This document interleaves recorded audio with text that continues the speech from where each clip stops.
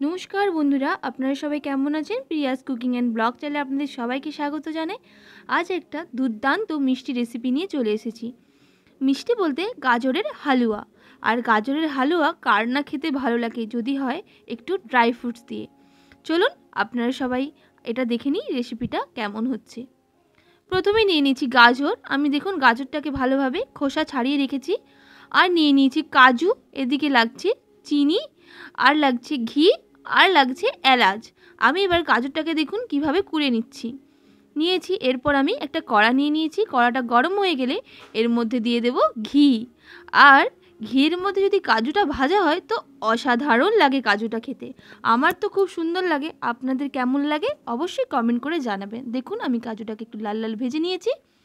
ওই ঘিয়ের মধ্যে আমি দিয়ে দিচ্ছি গাজরগুলো। আর গাজরগুলো ভালোভাবে ভাজা হয়ে গেলে আমি এর মধ্যে ভালো করে আমি দুধটা দিয়ে দেবো। আর এভাবে ভালো করে আমি গাজরগুলোকে ভেজে নিচ্ছি দেখুন। আর এর মধ্যে আমি এলাচগুলোকে ফাটিয়ে দিয়ে দিয়েছি।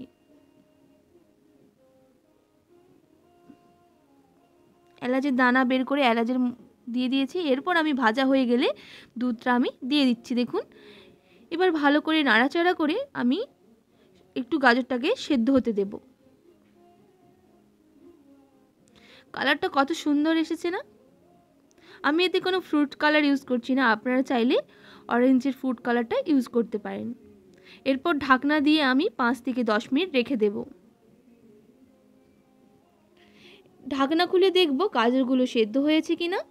10 মিনিট পর দেখুন কিভাবে ফুটে ফুটে একদম দুধটা শুকিয়ে গেছে। এর মধ্যে আমি চিনিটা অ্যাড করে দিচ্ছি। আপনারা মিষ্টিটা কম বেশি করে নেবেন। আবারও ভালো করে নাড়াচাড়া করে আমি কিছুক্ষণের জন্য ফুটিয়ে নেব। এরপর দিয়ে দেব সেই ভেজে রাখা কাজুগুলো। কিছুক্ষণের জন্য ফুটতে দেব যাতে চিনিগুলো ভালোভাবে গলে মিষ্টি ভাবটা চলে আসে। দেখুন গাজরের হালুয়াটা আমাদের রেডি হয়ে গেছে। আমি এবার এটাকে একটা পাত্রে নামিয়ে নেব।